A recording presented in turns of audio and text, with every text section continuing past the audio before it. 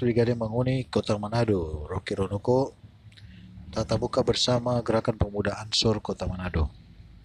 Dalam tatap muka ini hadir Ketua Gerakan Pemuda Ansor Kota Manado, Rusli Umar, beserta pengurus, sedangkan Tonaas Brigade Manguni didampingi oleh Pengurus Kota Manado.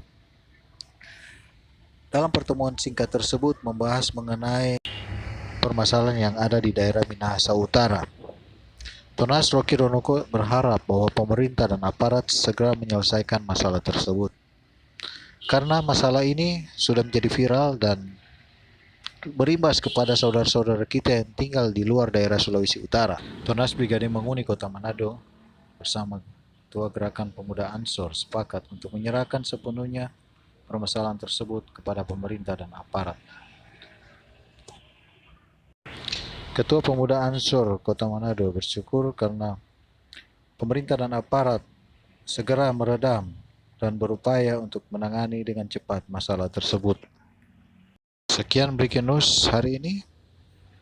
Moldy Sege melaporkan.